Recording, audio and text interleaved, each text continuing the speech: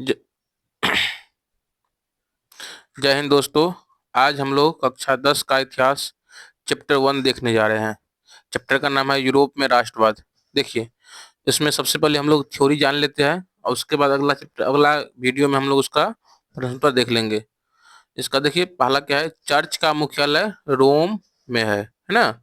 उसके बाद क्रांति के विचारों का वाहक फ्रांस का देश था। मतलब जितने भी क्रांति क्या हो गया, एक देश से दूसरे जगह जो गया, तो कौन देश उसको ले गया? फ्रांस के जितने भी देश था, सारा देश क्या किया, उसको वाहक का काम किया, मतलब एक जगह से दूसरी जगह ले गया। अब देखिए अगला क्या है, कराए यूरोप में राष्ट्रवाद। चैप्टर का नाम है। पहला इसमें क्वेश्चन बनता है, आखिर राष्ट्र क्या होता है? हम लोग राष्ट्र किसको बोलेंगे? तो कह रहा है किसी निश्चित भौगोलिक सीमा के अंतर्गत रहने वाले लोगों का ऐसा समुदाय जिनमें आपस में जुड़ाव होता है, जो समान परंपरा प्रथा से प्रेरित होते हैं और जिनका इतिहास भी एक होता है, उसे हम लोग क्या बोलते हैं? राष्ट्र कहते हैं। ठीक है। अगला क्वेश्चन देखिए, इसमें क्या है, अगला पॉइंट क्या बनता है, इसमें फिर बनता है यूरोप में फ्रांस की क्रांति के पूर्व सामंती व्यवस्था स्थापित थी, जहां समाज लगभग दो वर्गों में विभाजित था। देखिए, सामंती व्यवस्था का मतलब क्या होता है? जब राजा क्या करता है, देखिए सामंती व्यवस्था होगी ना, जब राजा क्या करता है, जब अपने मजदूर को रखता है या अपने यहाँ जब किसी को काम कराता है, तो उन्हें वेतन न दे करके, वेतन के बदला में क्या देता है, जब उसको संपत्ति देता, दान देता है, जैसे खेत हो गया, जमीन हो गया, जब ये देता है, उसको बोला सामंती व्यवस्था। उसका अगला पॉइंट है विशेषाधिकार वर्ग। विशेषाधिकार या संपन्न वर्ग कौन कौन था? तो उसमें कुलीन आते थे, राजा आता था और पादरी होते थे, है ना। ये था आपका विशेषाधिकार वर्ग। उसके बाद जनसाधारण वर्ग कौन कौन थे? तो जनसाधारण वर्ग में आपको आ जाएगा, यह वर्ग सभी प्रकार के अधिकार और सुविधाओं से वंचित था। मतलब इस वर्ग के लोगों को विशेष प्रकार की सुविधा प्राप्त नहीं होता था। अगला है पॉइंट, इसमें किसान, मजदूर, व्यापारी और दास आते थे। ये किसमें था? जनसाधारण वर्ग में था। कहने का मतलब, हाँ, जनसाधारण वर्ग में ही आता था। उसके बाद है, इस प्रकार यूरोप का समाज बटा हुआ था। इसमें असमानता थी। जहां तक यह असमानता समाप्त नहीं होती, तब तक लोगों का आपस में जुड़ाव नहीं हो सकता था। निम्नलिखित तीन समस्या राष्ट्रवाद में विकास के बाधक थी। राष्ट्रवाद कहने का मतलब राष्ट्र के लोगों का जो एक मत होना, है ना, एक मत होने में तीन मेन उसका बाधक था। पहला था सामंतवाद, देख लीजिए, इसको हम अंडरलाइन कर देते हैं। पहला था सामंतवाद। दूसरा है सर्वव्यापी चर्च व्यवस्था। उसके बाद पवित्र रोम साम्राज्य। ये तीनों क्या था? इसका बाधक था। उसके बाद है इसमें कि वियना व्यवस्था क्या था, जिसको वियना सम्मेलन भी बोला था, 1815 में हुआ था। फ्रांस की क्रांति के पश्चात यूरोप में एक नए युग की शुरुआत हुई।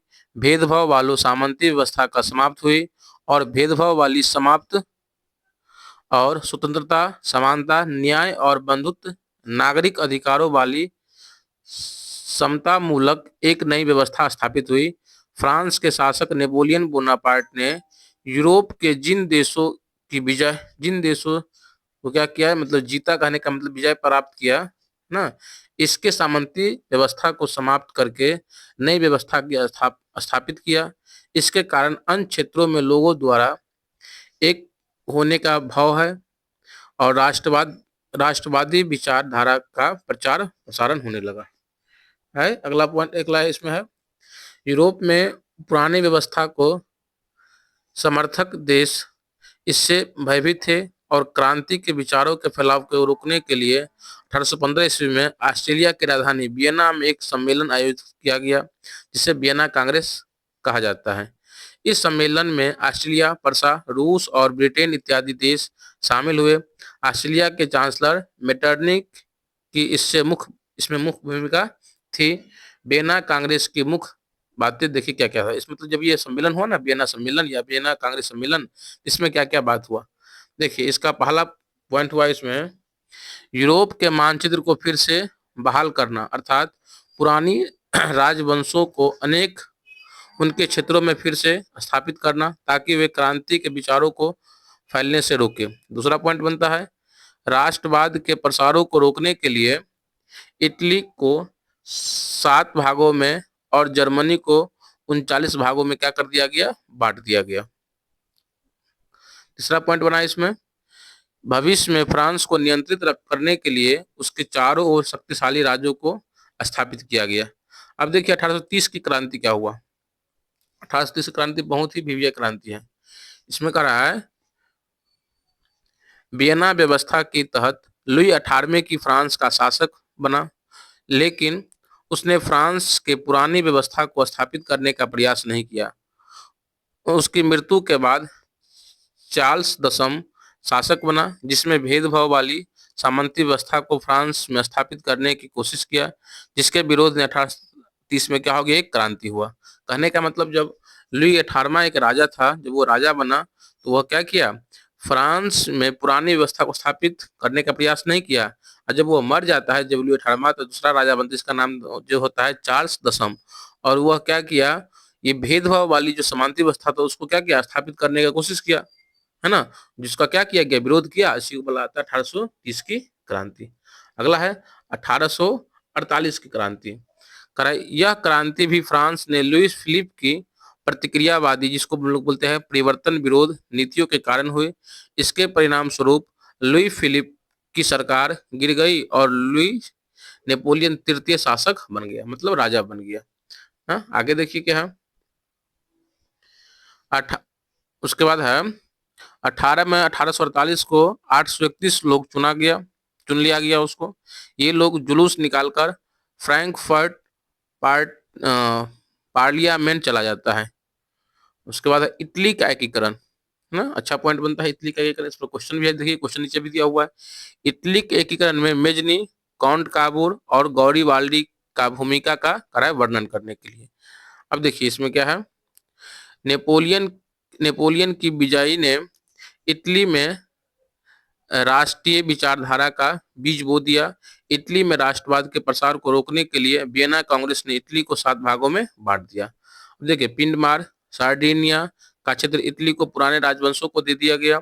लोमार्डी और वेनेशिया ऑस्ट्रेलिया के नियंत्रण में, तो परमा, मोडेना और टेस्कनी ऑस्ट्रेलिया के हैम्सबर्ग वंश को सौंप दिया गया। रोम साहित्य मध्यवर्ती क्षेत्र पोप के नियंत्रण में था। सिसिली और नेपल्स फ्रांस के बुर्बो राजवंश के अधिकार में थे। इटली का एकीकरण करने का प्रयास सर्वप्रथम मेजनी द्वारा किया गया। मेजनी गणतंत्रवादी विचारों का जनसमर्थक, साहित्यकार और सेनापति थे।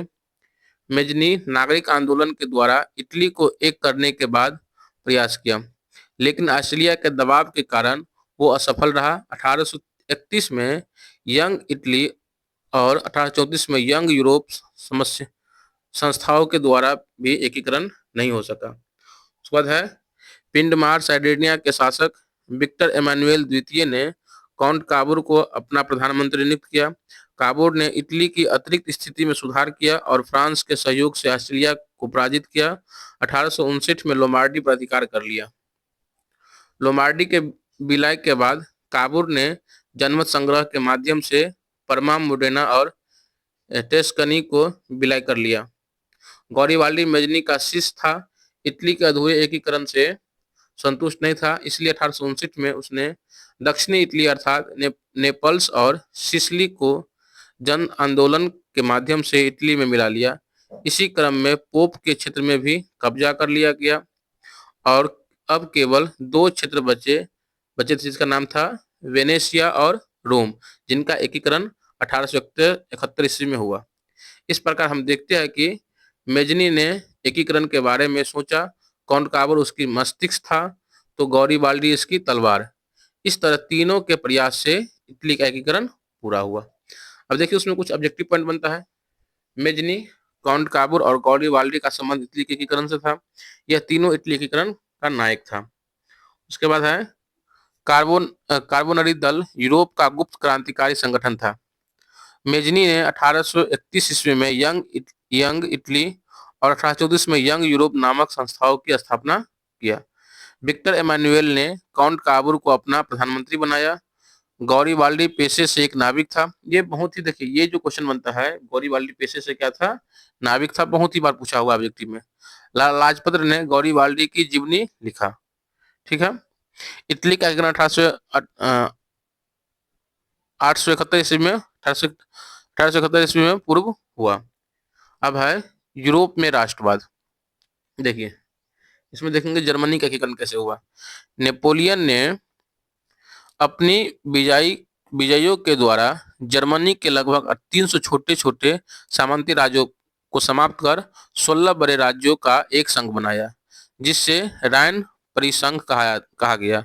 वियना कांग्रेस ने जर्मनी में राष्ट्रवाद की प्रगति को रोकने के लिए जर्मनी को 39 भागों में बांट दिया और सबसे बड़ा हिस्सा प्रसा को दे दिया गया। प्रसा के नियंत्रण वाले राइनलैंड में सबसे पहले औद्योगिक क्रांति शुरू हुई। रेलवे का विकास होने से जर्मनी में लोगों के बीच की भौगोलिक दूरी कम हुई। 1834 में जालवेरिन नामक एक चुंगी संघ स्थापित किया गया। प्रसा के शासक विलियम प्रथम ने जर्मनी को एक करने के लिए 1862 में बिस्मार्क को चांसलर, जिसको प्रधानमंत्री बनाया गया। बिस्मार्क ने रक्त और लौ की नीति अपनाई। उसने कूटनीति के माध्यम से फ्रांस को अपने पक्ष में कर लिया। इसके पश्चात 1866 में सेडोवा के युद्ध में ऑस्ट्रेलिया को परास्त करके उत्तरी जर्मनी का एकीकरण कर लिया गया। दक्षिणी जर्मनी के एकीकरण में फ्रांस बाधक था। बिस्मार्क ने 1810 में सेरेना युद्ध में फ्रांस को पराजित कर दिया। इसके साथ ही 1870 में ही फ्रैंकफर्ट संधि के द्वारा अल्लास और लॉरेंस का क्षेत्र भी जर्मनी के एकीकरण का पूरा हो गया। यहाँ अब है क्वेश्चन इसमें, एड्रियानोपल की संधि कब और किसके बीच हुई? तो एड्रियानोपल की संधि 1829 में यूनान और तुर्की के बीच हुई। इस संधि के द्वारा यूनान को स्वतंत्रता तथा स्वायत्त दी गई। 1832 में यूनान को एक स्वतंत्र राष्ट्र घोषित किया गया। हंगरी ऑस्ट्रेलिया के नियंत्रण में था। कोस्यू और फ्रांसिस डिंक हंगरी के क्रांतिकारी थे। इन्होंने हंगरी के राष्ट्रवादी आंदोलन का नेतृत्व किया। पोलैंड में रूसी शासक के विरुद्ध विद्रोह हुआ। बोहेमिया ऑस्ट्रेलिया के शासक के अंतर्गत था। बिस्मार्क का संबंध जर्मनी के एकीकरण से था। फ्रैंकफर्ट की संधि 10 मई 1870 को फ्रांस और प्रसा के बीच हुआ। अगला है सेडोवा का युद्ध 1866 प्रसा और ऑस्ट्रेलिया के बीच हुई। सेडोन का युद्ध 1870 में प्रसा और फ्रांस के बीच हुआ। विलियम प्रथम ने प्रसा के शासक 1862 में बिस्मार्क को अपना प्रधानमंत्री, इसको चांसलर नियुक्त किया गया। इसके साथ क्या हो गया, चैप्टर पहला का जो है ये आपका थ्योरी क्या हो गया, खत्म हो गया।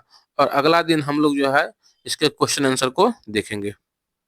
आप लोग क्या करेंगे, इस वीडियो को ज़्यादा से ज़्यादा शेयर कर देंगे ताकि जो भी बच्चा पढ़ना चाहते हैं उनके पास पहुंच जाएंगे और वो अपना पढ़ाई जारी रखेंगे। जय हिंद।